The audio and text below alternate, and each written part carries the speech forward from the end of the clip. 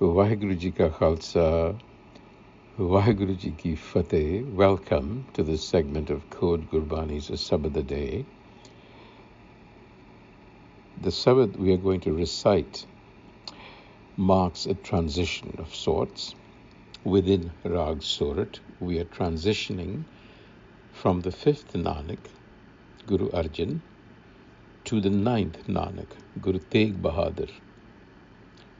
There were 94 compositions of Guru Arjan that we considered, and this one is the first of 11 compositions of Guru Tegh Bahadur in Raag Surat. So the recitation begins with the Rahau. Surat Mahalla Nama Ik Oankar Satgur Prasad Re Man Raam Siu Kar Preet Sravan Gobind Gun Suno Ar Gao Rasna Geet Rahao Kar Sad Sangat Simar Madho Ho hai patit puneet Kaal Byal Jyo Paryo Dole Mukh Pasare Meet Aaj kaal fun tohe krase hai Samjh rakho cheet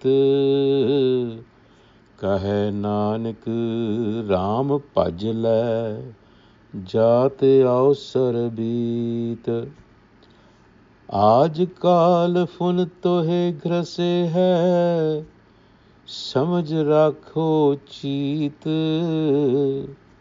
कहे नानक राम भज लै जात अवसर बीत.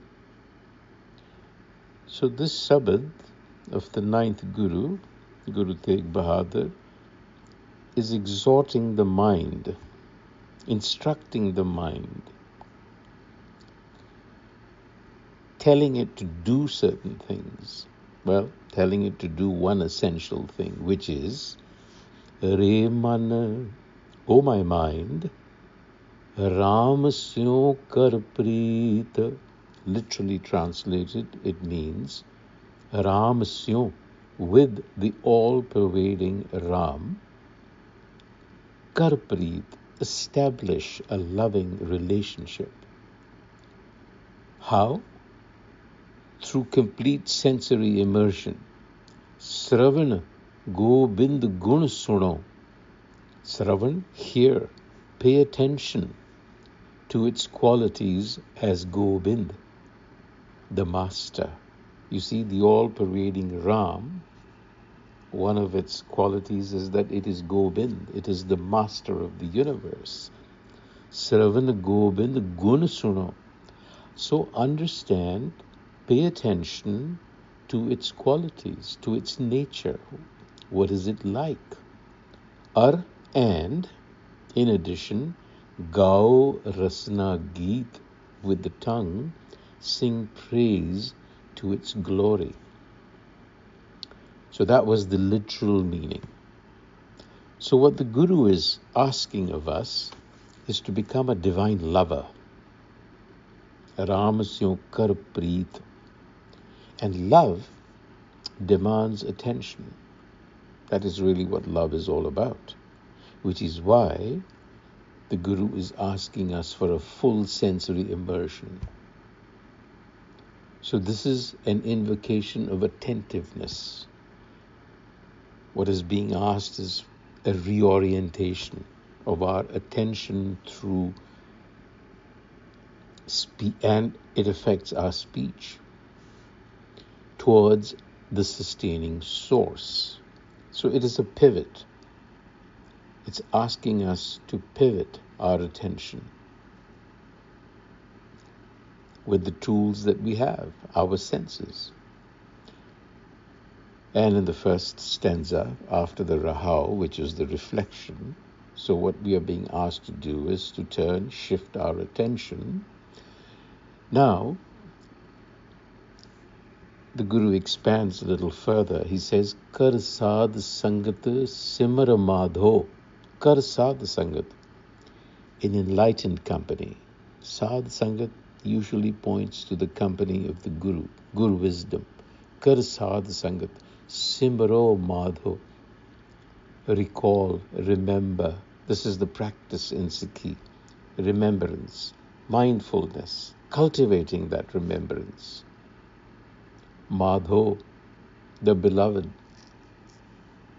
So practice this remembrance, and ho hai patit puneet.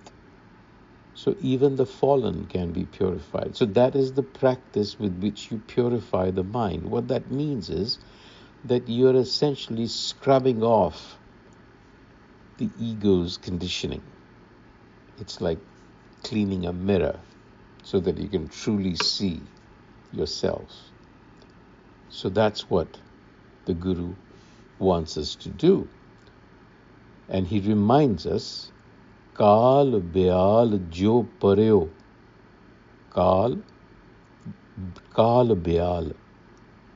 So death is like a Beal. Beal is a venomous snake. Jo Pareo, just like a snake with its mouth open, strikes, will strike. Mukha pasare meet. So you see what is being described here, the reason we need to shift our attention, because we live in the imminence of death. It is always around. It is imminent. It is inevitable. It will strike like a snake. You will not have any time to prepare.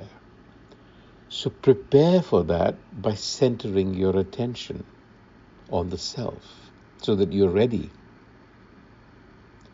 Equip the mind to meet death not with panic but with peace. So he's describing what happens when you are struck. Kal beal jo pareo. When you are struck by a snake, dolle, you waver, your body shivers, trembles.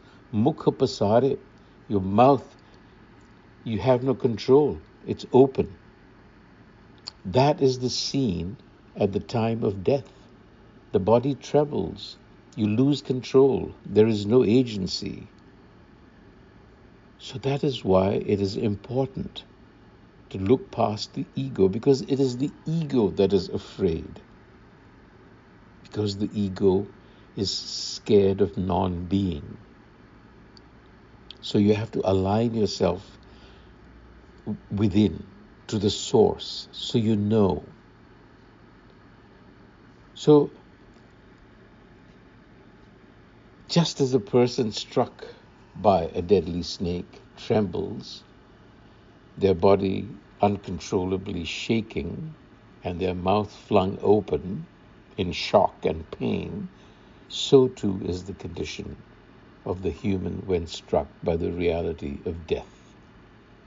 That's the point being made. There is no composure, there is no preparation. It's totally beyond one's control.